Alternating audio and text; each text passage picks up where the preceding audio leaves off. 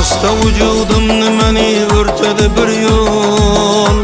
Ul zülfü perişan, ul gül yüzünün işkide men vağlaçı bülbül. Ulgunça yıkanda